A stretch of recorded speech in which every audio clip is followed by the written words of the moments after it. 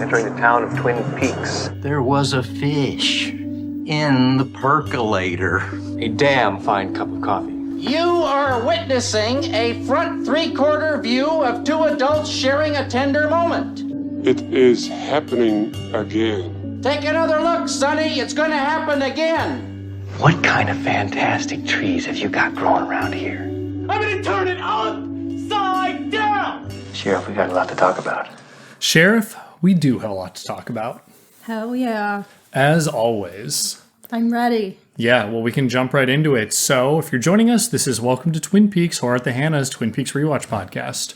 And today, we are watching Twin Peaks Season 2, Episode 6. So, in the past, there have been times where we covered 2 episodes. There was times where we covered only 1. Do you want to explain why we're only covering 1 today? Because next week has a lot going on, and I think we'll talk about it near the end of this episode. Okay. But for now, we're covering 1 to get everyone prepped for the it's a big episode next week, is what I'm saying.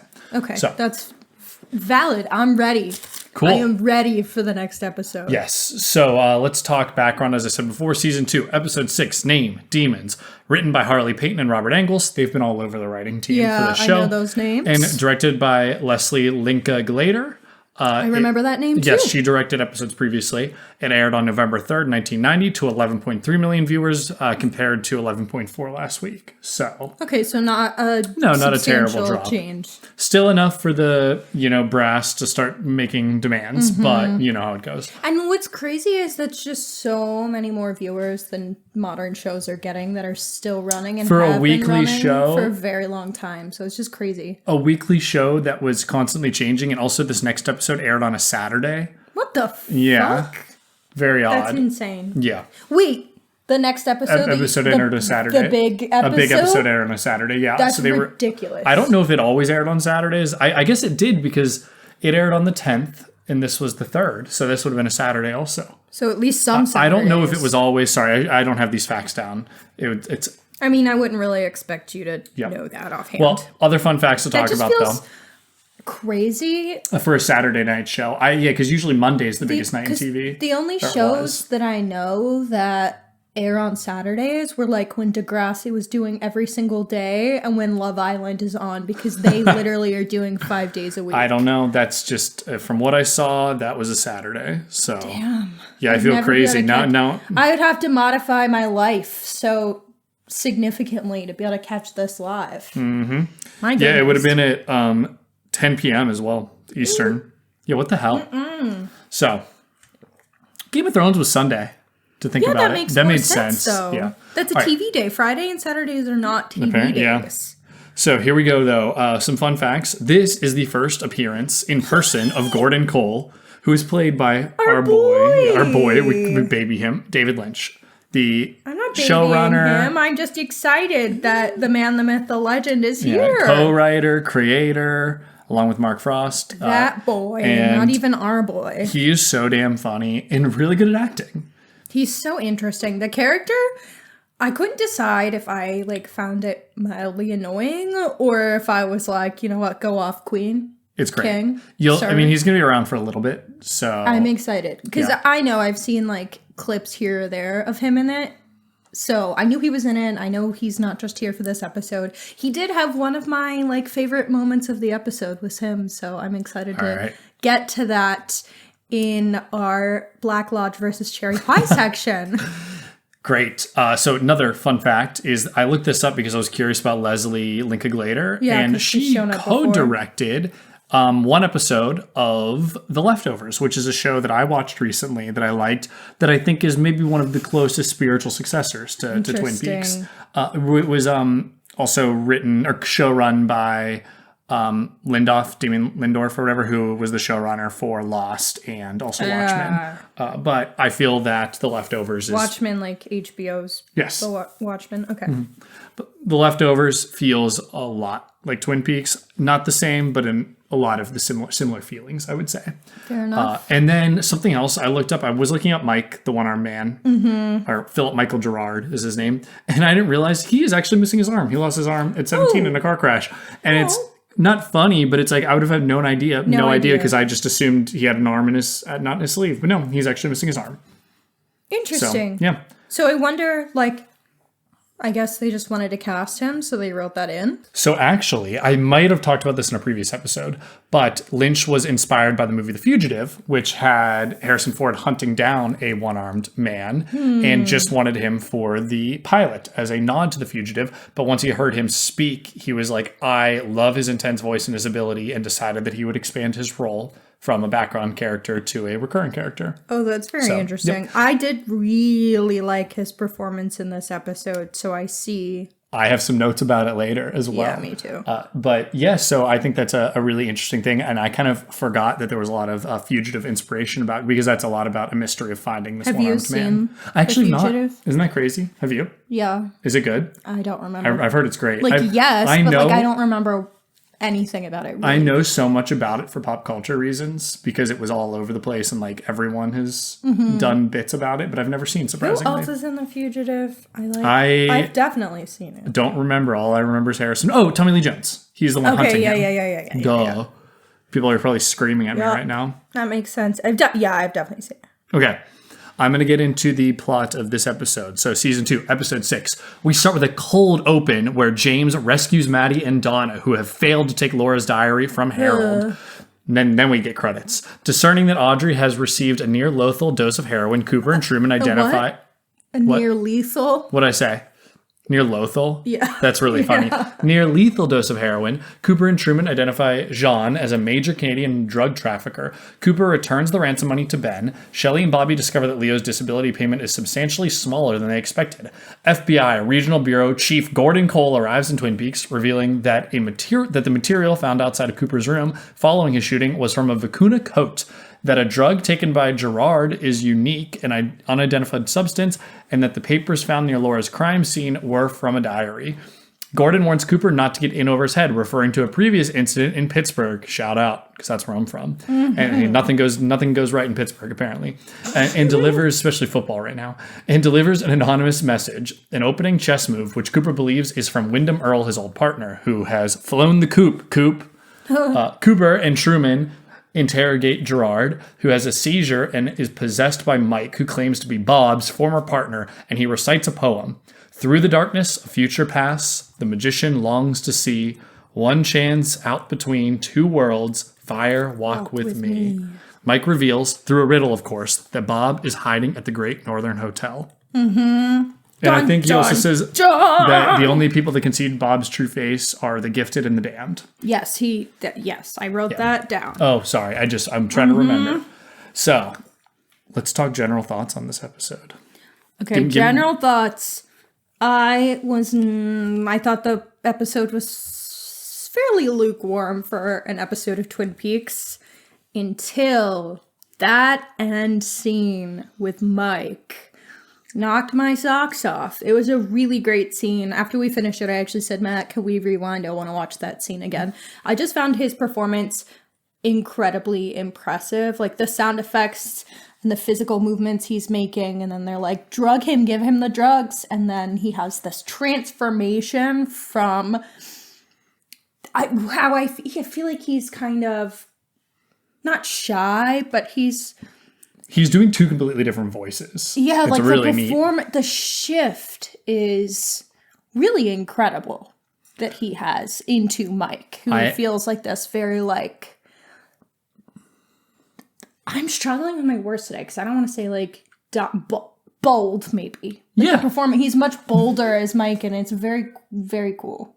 And so I was kind of reading up on him. He did not do much beyond this. He did like some stage performances at like smaller local theaters, but he really did not do much TV or movie. This was it. So I do wonder if there was some because of his disability of missing his arm, people probably find it harder to cast him, but he's amazing. I wish he at least did some voice work if that's how people are going to feel. But he died in 2021. Excuse me, he was 82. Is he in The Return? He is in The Return. Hell yeah, Mike. I don't think that's a spoiler. He's in The Return. And it's Al Strobel. Also, great looking man. Something about his beard. He's very compelling looking, and he's handsome.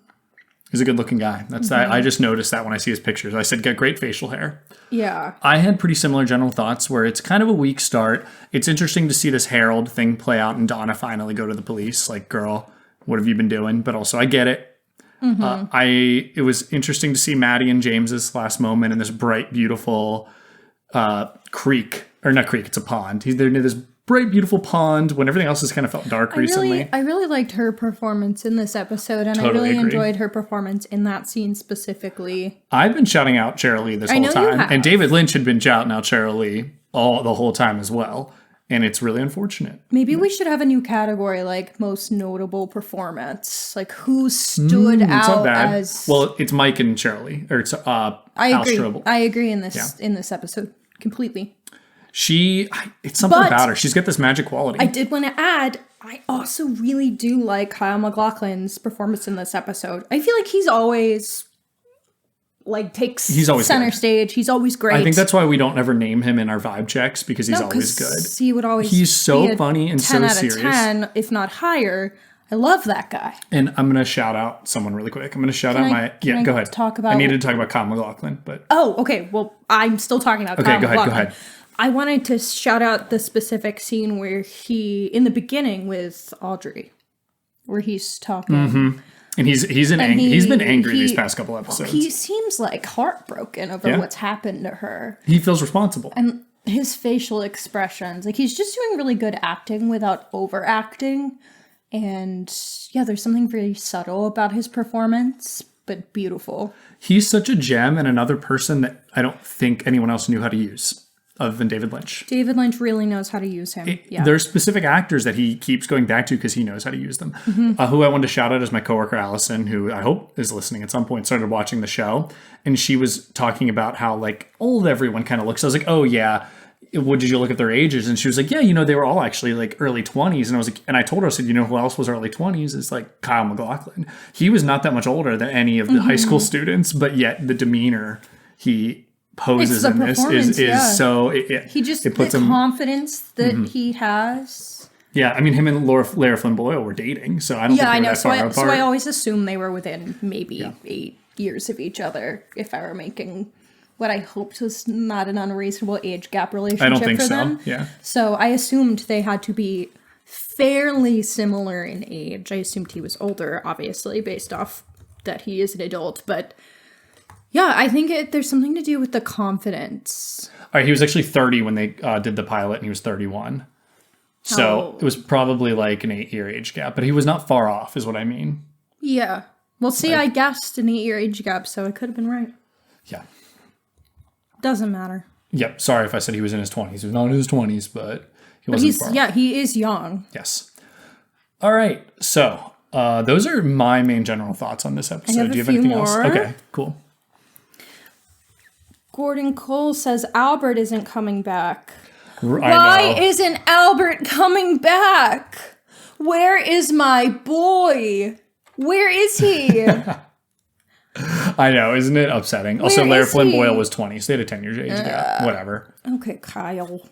But again, he's still pretty young. Like, he's not that far outside the range. I think he was also, it was weird though, not like Leland was, I think all the adults were only in their 40s, which is hilarious to look at Ed and be like, huh. But yes. Well, yeah, Ed makes sense being early 40s to me. Yeah. Leland feels like he would be older. He'd probably be older. I'm not sure though. Anyway, sorry, I'm all over the place. Yeah, I was really sad to hear Albert won't be coming back. And I don't remember if he does ever come back in this season. I really don't remember. No. Spoiler. That's my boy. I was just hyping the shit out of him in the last episodes. I love you, Sheriff Truman. Oh, no. My man disappearing. He will be back for the return. I know, we talked about that. Oh, I'm sad. Okay. Well, I wrote that down as something that devastated me. I also wanted to mention visually, because that's kind of what I like to focus on in this section if I have anything striking. The beginning of this episode starts with these very zoomed in shots of flowers. There was something... Orchids, specifically. I know they're orchids, because that's what Harold collects. Crazy work. They look insane. Do you find, maybe this is weird of me, that they look like a vulva? Well, that is a famous thing that Okay. a lot of floral art looks like vaginas, and there's specific artists that are well known for vagina flower art. Okay, so that's not crazy. That feels on purpose here, but I guess that's already what orchids kind of look like. Yeah. But I kind of just thought with like the weird pseudo-sexual element to Harold that kind of, with Laura, that kind of made sense. Specifically with flowers and reproduction anyway. Yeah, and he kind of talked about that. Okay, yeah. I was just curious. That was like what I took away from it, and the way it was shot made me think that that's what Leslie was going for. You see that? Finally, I pointed this out in the last episode that there was a few moments of humor that did not strike me very well. Oh, really? First time? Well, I said that last time related to the Leo Hoyer lift. Okay. Like the guy swinging back and forth. I just did not find funny. I had a similar moment with Leo in this episode. Specifically when they're struggling to get him in the house and they're like wheeling him into a bunch of shit. It is a little Three Stooges slapstick. It just feels... around. So I agree. It feels lesser than the rest of the show. However, at the same time, it's really uncomfortable because they're making a terrible decision by bringing him in. And I think it's supposed to add to this like scariness that like it feels like he's going to come back at any moment while they're abusing him. And fuck Leo, like he can take all this. Guy. So like I love when he goes face first into the cake. It has nothing to do with me feeling like, oh, they're harming this handicapped man. It's just not that funny. Because they've obviously set up that Leo's a terrible person. It's entirely that I just don't find it funny. And I don't know if that has anything to do with, like, that's what I do for work, is do assessments with elderly and disabled people. Like, I don't know if that's relevant. But, like, I'll be real. I've had clients, I have to ask for people who are in a wheelchair and a mobility scooter, etc., for part of the time or full time. Do they maneuver themselves, or does someone have to Is Bobby wheeling you into walls? But I literally have to ask that because some people really do just like be running into walls because they can't control it super well. And when it's real people, while it's sad, sometimes it is low key kind of funny, especially if caregivers talk about it in a certain way. Like you have to make light when you can because of course, life is hard. You have to see the humor in it sometimes. So part of me was like, why can't I see the humor in this? Because I can in real life people, but there's just something about it. It just feels lesser than the humor and the tone of the rest of the show. I do think it's supposed to be kind of uncomfortable though, too. I'm right. Like him face first into the cake scares the shit out of them at first. Like, yeah. And then they realize it's funny. Like, yeah. There is a level of uncomfortableness is what I'll say. So it's like this weird level of humor where you don't know how you should feel about it. Yeah. But I think I agree. It's a little bit lesser. I will say, since you brought it up, Leo is coming back in some way, shape, or form. We'll see. My opinion, I would find it crazy work if he didn't. We'll find out. Keep that news on your list. All right. Any other general thoughts? No, I'm ready to move on. All right. Let's move on to Special Agent Cooper on the case. So name 3 moments you think are going to matter later. Okay, first of all, I'll start with the end of the episode, the Mike conversation where we learn more about Bob. I would hope that would matter later. All of that is mattering later. He is an inhabiting spirit. So I've been constantly asking who, what, where, when, why, how is Bob? What is Bob, an inhabiting spirit? You still don't really know what that means, but... That is more clarity than we've gotten. Is he a ghost? Been here... I don't care what spirit means specifically. It's enough. He's been here for nearly 40 years and is currently, at the time of the conversation at least, at the Great Northern Lodge. So that was a wild reveal. And then the scene right before it was of 2 characters we know and hate. More than 2. Pete was also at the Great Northern. Yeah, Pete is not Bob. That would be insane. Pete found the body. It's not Pete. There's no setup that it would be Pete. The old man is there as well. I'm trying to think of any other Asian businessman. Yeah. Okay, it's obviously, be real. It's obviously going to be Ben or Leland because that is who the scene is focusing on. I'm not saying anything. Okay, well that's my assumption, and we can talk about that more if it comes up. But Yeah, obviously that was a very, very important scene and the most interesting, well-acted, best scene overall in the episode. We also get a lot of details from Gordon Cole that will definitely matter. From Gordon Cole from Albert. From Albert. With us in spirit, but not in person. One, that the hairs that Albert found outside of Agent Cooper's room was from a vicuna coat. I looked up what a vicuna coat is, so I could potentially solve who shot Agent Cooper. Okay. So when we are discussing who is responsible for our various crimes, I have theories. Great. Additionally... All right, so you think the vicuna coat's going to matter? Obviously. And papers from the diary, those were noted near the train, correct? That was my Yes, assumption. they had found papers before. They didn't know what they were from. Probably from Laura's diary. So one of her many. Now I'm thinking it is papers from the diary that Harold has. Oh. But, I mean, it could, I guess, be from either, but... No, I thought Laura's other diary that they had in custody was missing pages. So and Harold's was not, I don't think. Okay, interesting. I think. The one they have in custody is definitely missing pages, but I wasn't sure...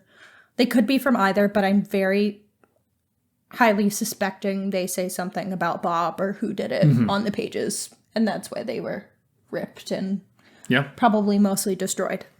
And then finally, Donna has told police that Harold has a version of a diary. This is big because Donna has finally been honest with local law enforcement. First time for everything. Big growth moment from our girl Donna here. She really, poor Harold. It's really tough. But I'm glad Donna's having some growth. I keep going back to the fact that she's supposed to be a child and grieving.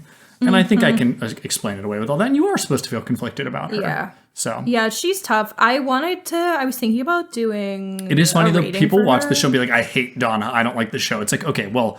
Hating Donna's a little much, but also, like, you are supposed to feel weird about her. Like, you're not supposed to entirely like her just because she's, like, one of the protagonists. No, I definitely don't like her, but I don't hate her either. She's a real person. She feels real. She's a complicated character because people are complicated.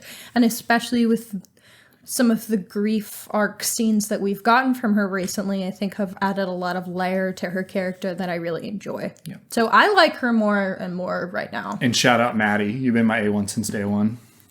Well, we might as well move on to character vibe checks because I have Maddie. Oh, I did not put Maddie. I gave her a 10 last week, so I wasn't going to put her on here again. I didn't give her last week, so I did this week. I gave her an 8.5 out of 10. She's a good friend.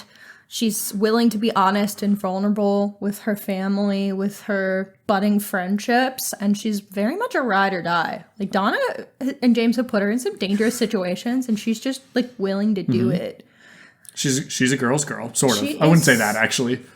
Girls, proverbial girls, not gender-neutral girls girl. She is, I agree. Yeah, she rocks, and... Again, I really like Cheryl Lee as this. It's also that might be the most real rating we've done in weeks, where you actually gave someone an 8.5 out of 10.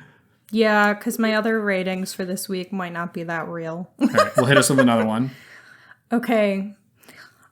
I put Shelley and Bobby's chemistry as a character, and I wrote, it is out of this world. It is the space satellites that Bobby's dad works on out of 10. No, you're totally right. We've been saying that for a while now. It's obscene. Has anyone on screen ever had better chemistry than these two? They're so hot together. Absurd. Like, when they're partying... part of me is like, oh, this is awkward and uncomfortable, because objectively it is, but they're so hot and they're making the two of them out and they're having on so the table much fun in together front of Leah. that I don't even care that it's a maybe weird thing to be doing. I'm like, yes, party, make out even more. They don't care that Shelley quit her job and now they're only getting $700 a month when they thought they were getting $5,000. Well, they seem drunk. They're coping. Yeah, they're coping. Trying to cope the best that they can. They are. You could just write a whole essay on the chemistry between these two being maybe the best I've ever seen on TV. Incredible. I love them together.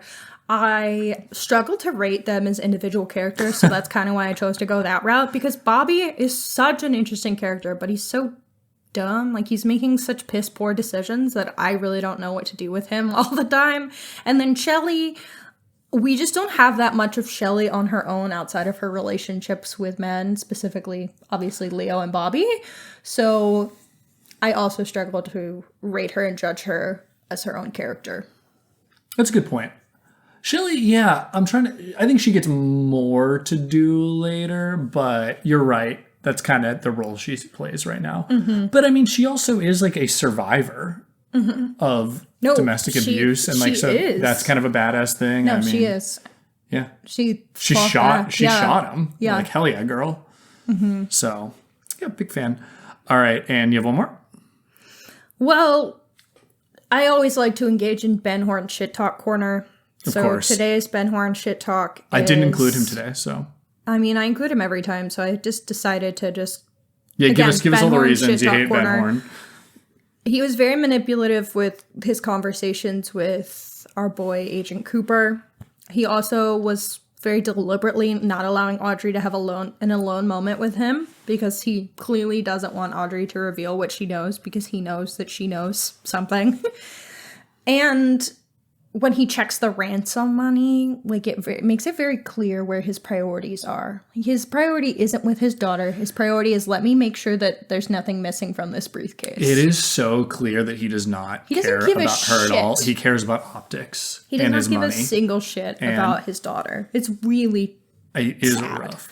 But she knows it, and I think that is obviously why she acts the way she does and makes the decisions that she does, because she senses that. I think when we first started watching it in the pilot, her character's a little woo-woo, and I didn't like her in the first episode, and then from there they figured out who they wanted her to be. Yeah, but I understand even why it puts woo-woo Audrey into perspective too, because why wouldn't you be acting out when your father's this horrible person? And now she knows how horrible he is. It's so vile. I will give him props. It's more like the actor and like the writing. When Leland starts singing, his facial expressions are so funny. Shout out Ray Wise, great voice. Yeah, he does have a good voice. He's also he's sung show tunes like 3 times now. So man loves a show tune. The King and I, as Pete pointed out. That man loves a fucking show tune. I would love to know his favorite show tune. Let's chat, Leland. But Ben's face when Leland starts singing is so funny. Every time he reacts to anything Leland does, I just get such a kick out of the actor's performance. He's really great. And before this moment, Leland seemed very with it when he was like, here's how we can get out of... Like, here's how we can make this deal work and make more money. And anytime music begins in that man's present, he goes bananas. Yep.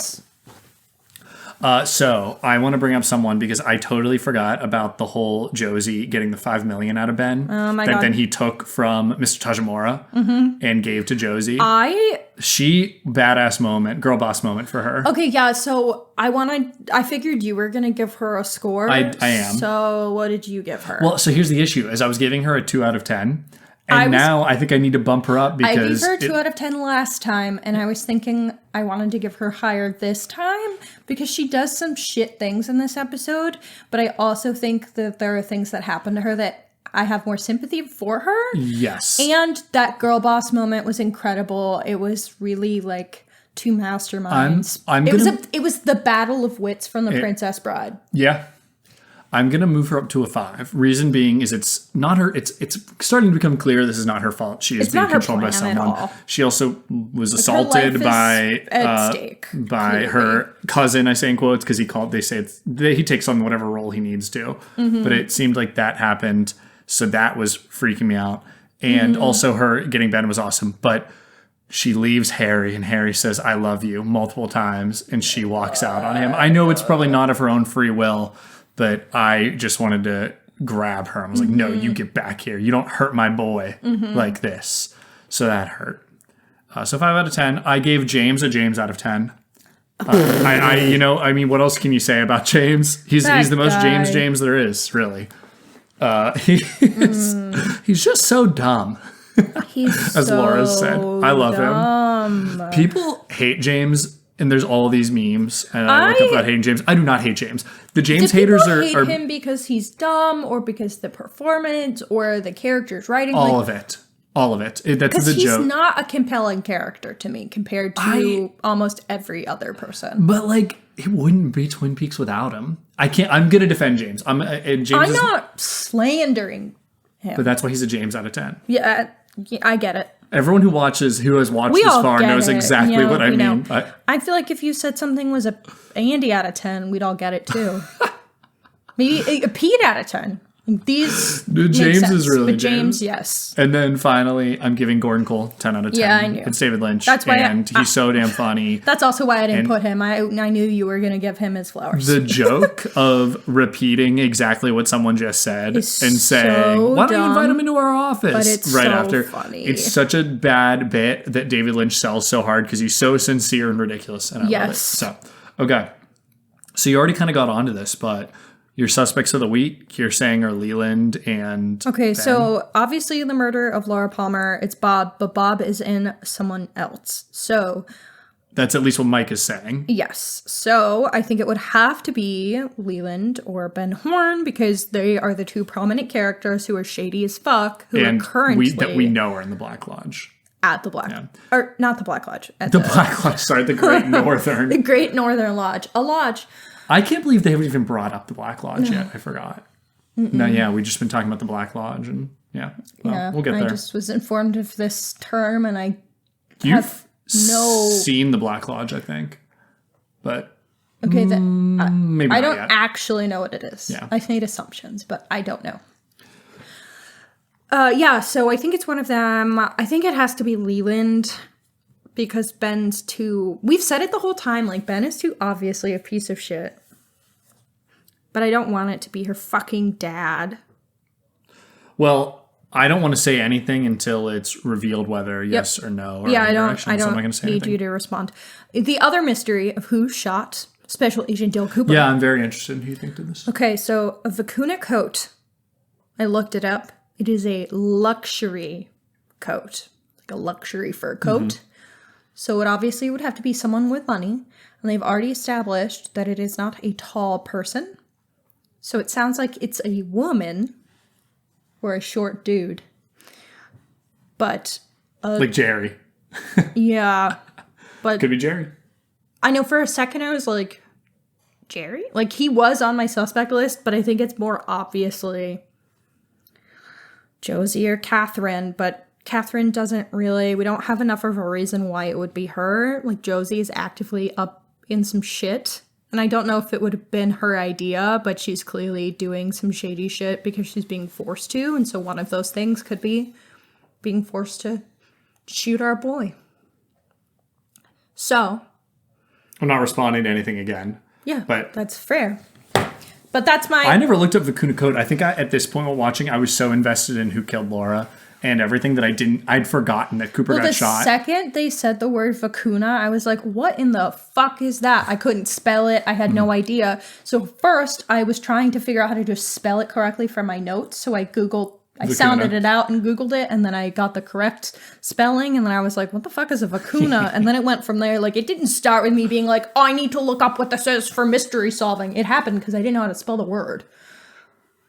So we can't give me like 100%. No, I mean, I think it's reasonable to look it up. Yeah. I will also say, and we've said it before, you and I are not like someone that's trying to beat this show. No. And like it's fun for us to try to, like for you to try to figure out and me see how your brain is working as a first time viewer. Yeah, I'm trying to guess because we're hosting a podcast. And it's fun. Yeah. But like I was saying, you're still enjoying just the ride. So, all right. Well, I like all the where you're thinking about all this. So let's talk about who we trust with our coffee in this moment. I have a weird one.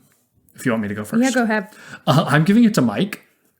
Like Mike just gave us... Spirit. He gave us a lot of information. He gave us a lot of tea. My guy saw the light of God and decided not to be a bad guy anymore and cut his arm off.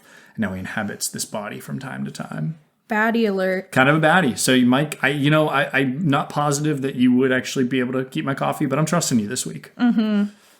Yeah, it definitely depends on if medications are taken or not. This guy. Well, that's the question: is do I want Michael Gerard, or do I want Mike? Did you catch that? Middle name's Michael. Yeah. Yeah. So I don't know.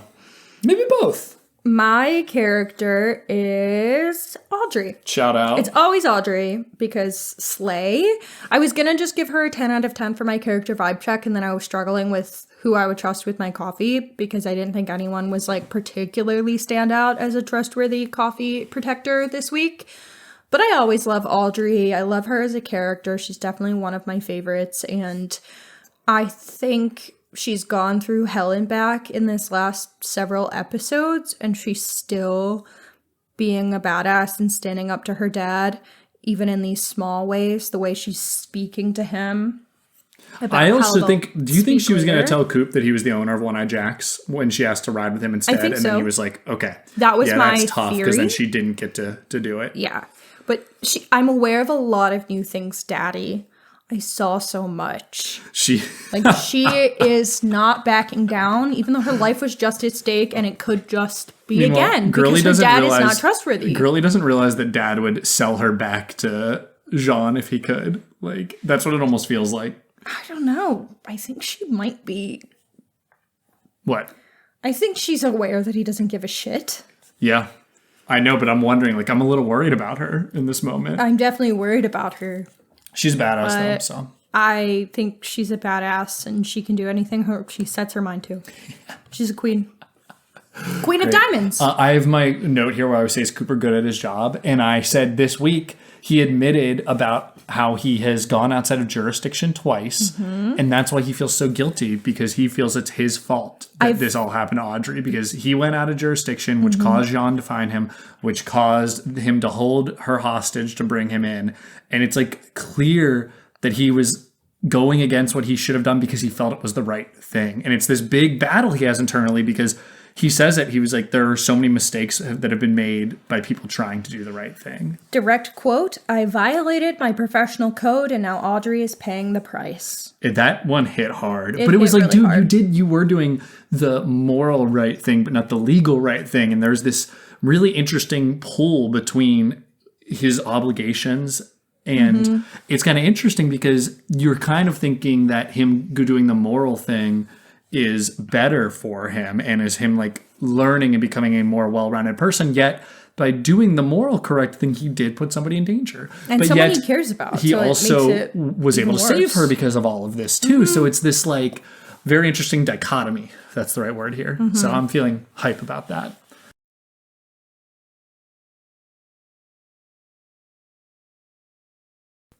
Okay.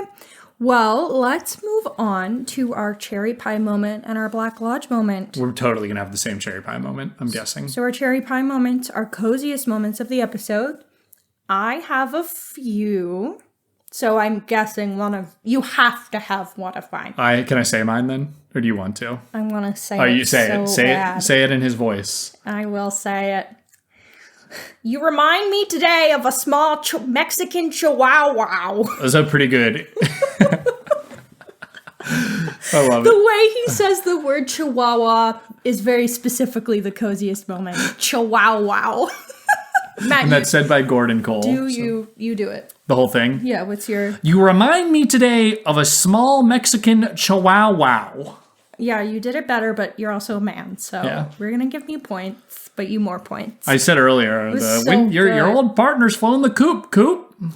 Has he said that yet, or is that later in the show? I think he might have, but I'm not sure. I've heard you say it before. Was that a good impersonation of David Lynch? Yeah, I like it. Okay, my next cozy moment, I lied. I think I said I had 3. I actually have 2. My next cozy moment is Pete talking about musicals. I just love Pete.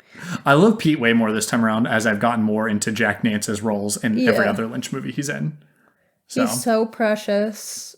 He's just a precious little being. He's just trying to chat up this person at the bar talking about fucking musicals. I like how we talk about these older men as precious beans constantly. Him and Gordon Cole.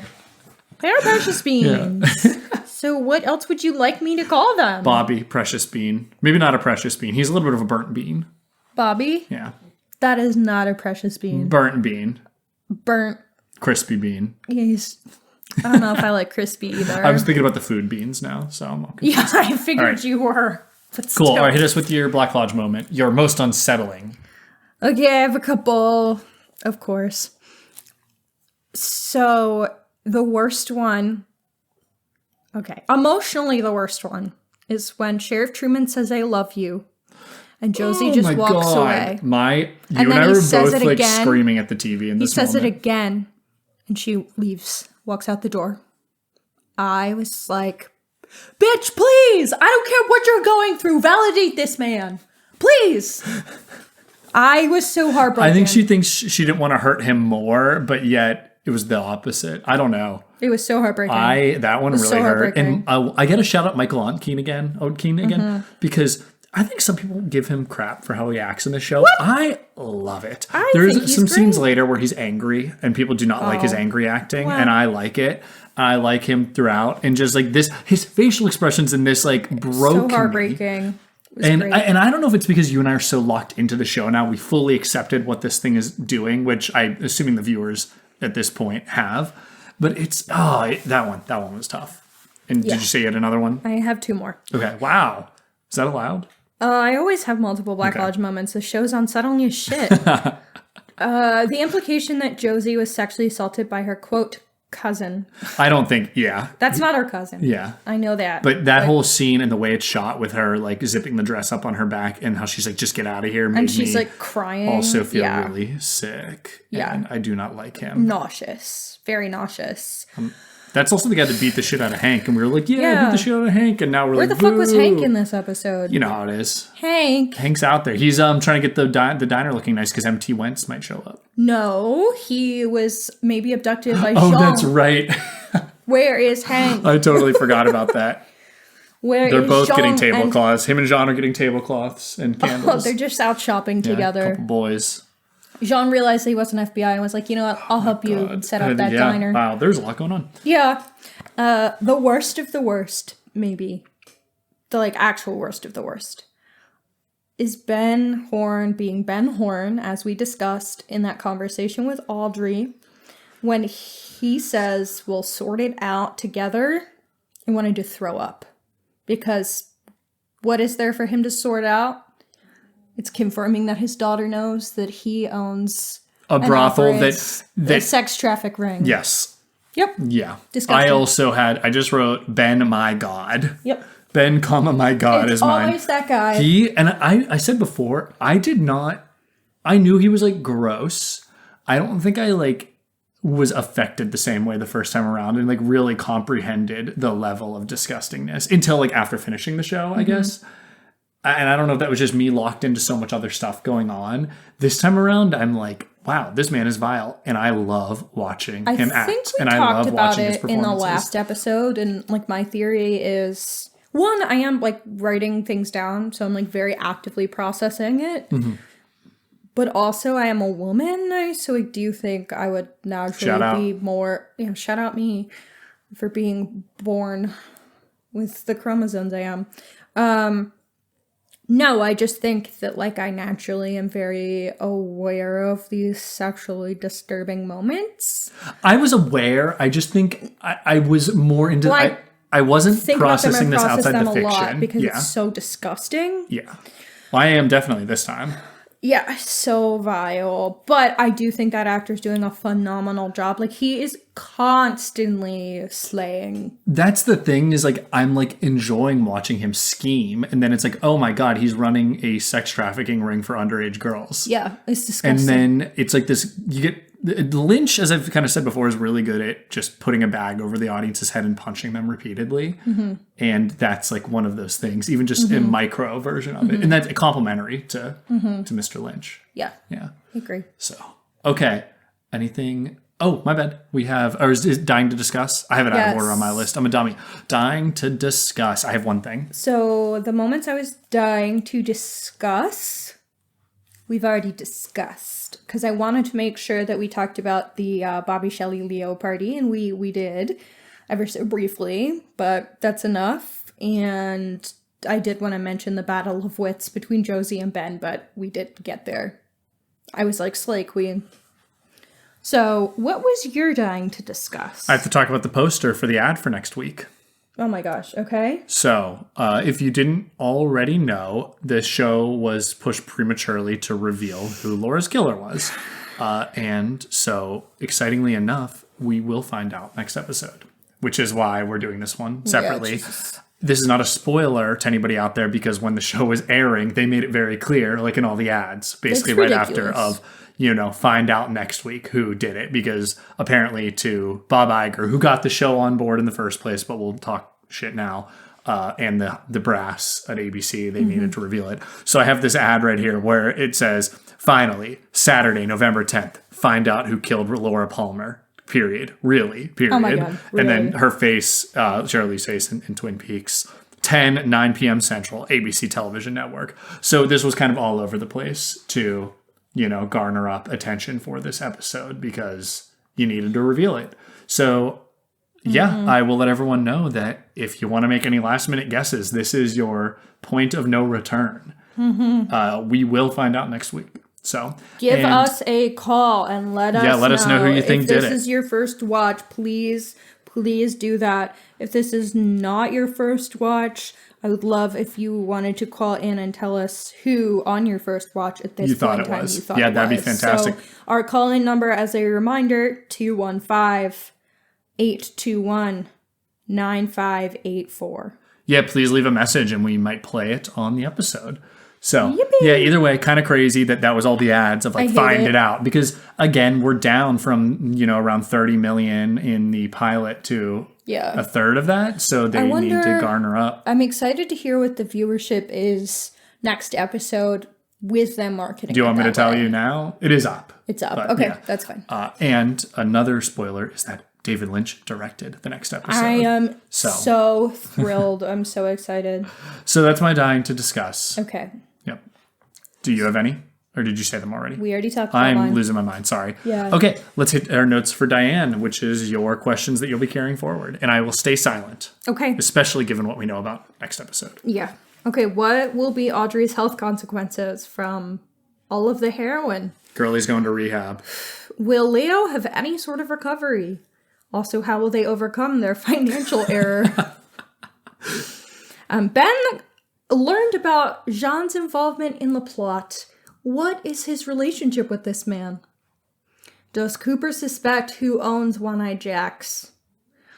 Did Josie really love Truman? I feel like she does. We've talked about it before. But did she decline to say it because she knows she's a bad person and she's leaving and she doesn't want to hurt him more? Or because she just doesn't love him? Everyone out there shedding a tear right now. I know, it's so depressing. Where the hell is Catherine? What the fuck? Dead. I told you. I'm still not buying it. I won't buy it till we get through season 2 and she's still dead. Will we see Maddie again? What is Pete's favorite musical? I thought you'd laugh at that. I'm sorry. I was thinking about which one to tell you to carry forward. Apologies. That is a funny one. Everyone else laughed and I was silent. Okay. That's as long as everyone else laughed. Yeah, well, we know. He said where it was. It's Fiddler on the Roof. Fuck, he did talk about Fiddler on the Roof. He said he weeped. I didn't weep. That's not for me, but I do love If I Was a Rich Man. All right. You more sang the Gwen Stefani. I know. I felt a little weird doing the Yiddish part, so I stopped, It's incredible. What does the letter from Wyndham Earl mean? Well, we know it's a chess move. But what the fuck does that mean? Oh, he's making moves against Coop. Yeah, but it could be Sorry, I shouldn't have supposed to answer. than that. Oh, sure. Yes, you're right. What's it mean? Is it just, I'm making moves? Look at this code for making moves. Or is it like, this code is for I'm making this move? Who's to say? Where does Bob come from? Because in their conversation, he says, someone asks, where does Bob come from? And he says, that cannot be revealed. So there is a part early we talked about where, and I'm just going to bring this up because it was said, where he said we lived above a convenience store. I know that. So he comes from above a convenience store. That does not answer the question. I want you to carry that one forward, by the way. Okay, I figured that my Bob questions would be the carry forwards. My other Bob questions. Mike says, I am similar to Bob. We were once partners. What made him change and what were he saw the face of God. they partners to do? Mm-hmm. Partners in what? Well, not answering any of your questions, but just things said if you forgot, because it might lead you in the right direction. Well, one thing that really confused me is he said, yes, he was my familiar. And in my brain, I was thinking like vampires. I think that just meant that they were familiar with each other, not that he was like his vampire familiar. Well, I didn't necessarily think vampire. I thought about like an animal to a witch. Yeah, I don't think that's what that meant, because that's what I also gleaned the first time. And this time I'm like, no, they were partners. Yeah, okay. I think familiar meant like they just were like aware. we were acquaintances. And he did say he saw God, whatever that means. Yeah. And there was something else. What did he say? That Bob feeds upon pain, I think is what he said. Pain and pleasure, but it was kind of confusing. So. Yeah, I have my notes. I'll just fucking read them. Yeah, that's fine. What are you? I'm an inhabiting spirit.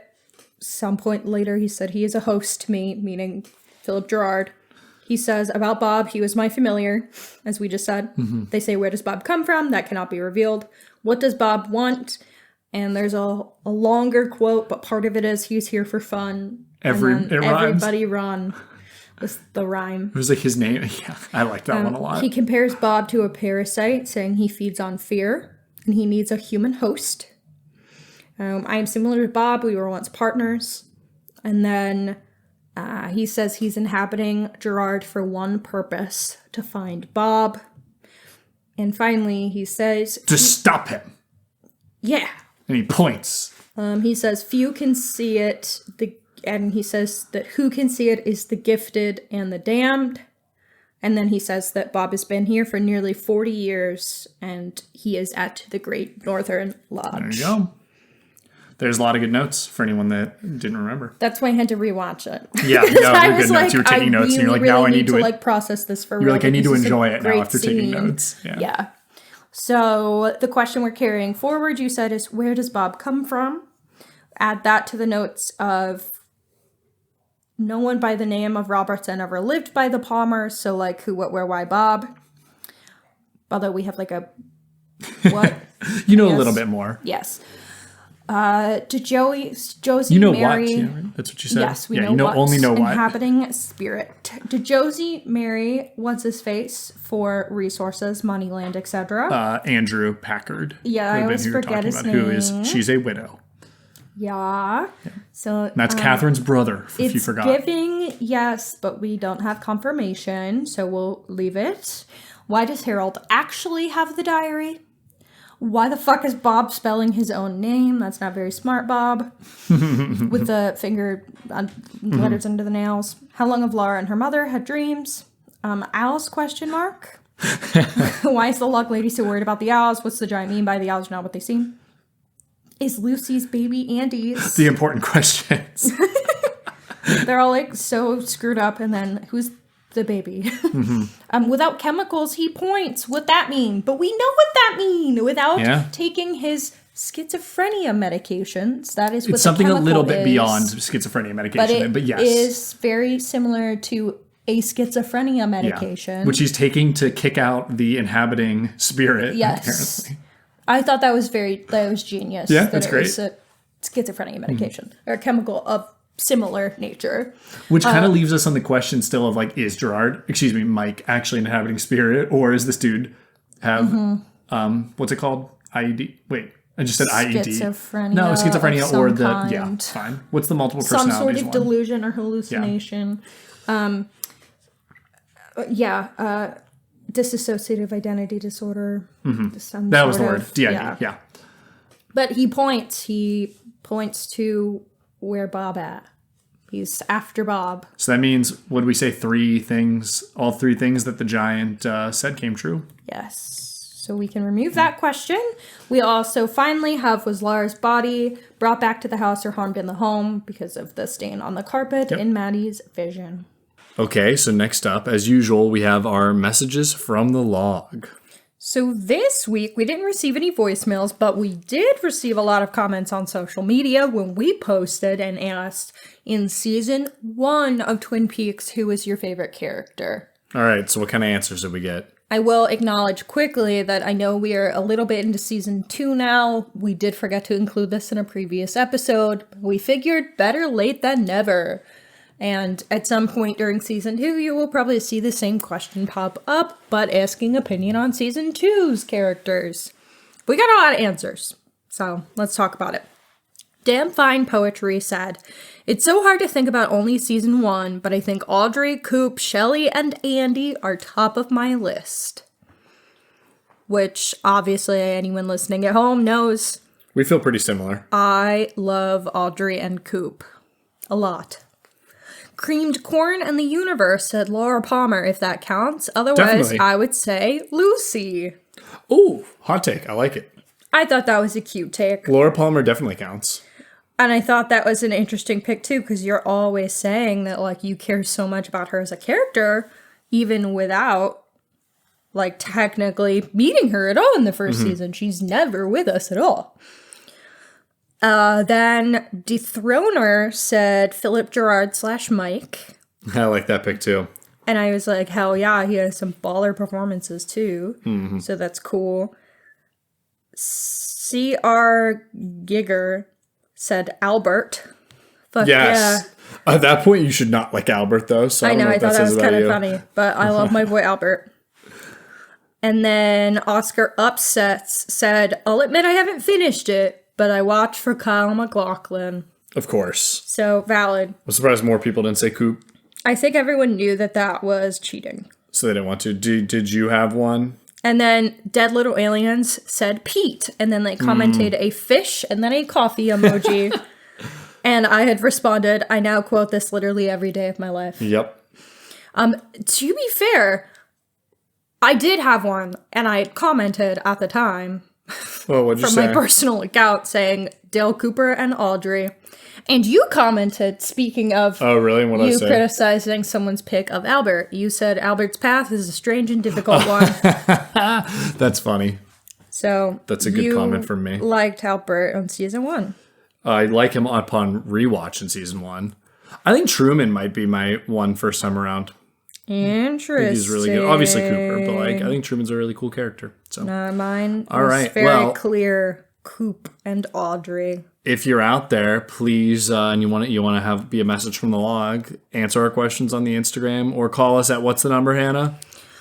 The number is 215-821-9584. Call us with whatever you want to talk about with the show. Tell us what episode you are, who you are, if you want, and we'll play it on the show. Yeah, especially because this season has a few bangers coming up, and we want to hear if you're watching the show for the first time, we really, really want to hear your predictions and then how you feel about what actually happens and if you expected it. And if you're, a repeat listener, watcher of the show, I just, I want to hear your takes on how we were feeling about it getting up to this point and, on a rewatch, how you feel about it. Great. So definitely give us a call and make sure to follow us on social media so you can answer other prompts that we post on the socials. So why don't we rate this and get out of here? Okay. All right. I have a very specific rating for this one. Okay, why don't I say mine first? Okay, go ahead. I was thinking for most of it, I was like pretty lukewarm on it. But the end was so damn fine, like the very end, that it's just like a cup of coffee. Like, it's just coffee. I had a lukewarm coffee that we tossed in the microwave when there was like half of it left, and then it was good. Oh, it's warmer. It's warmer. We heated that thing up in that microwave is what I'm saying. All right. Reheated coffee. It's a good episode. Good. Again, we started off with 3 heaters, and now we have 3 more procedural. I think these are all good, though. Like, they're all fine. I feel like lukewarm, even when it comes to Twin Peaks, is still good. So...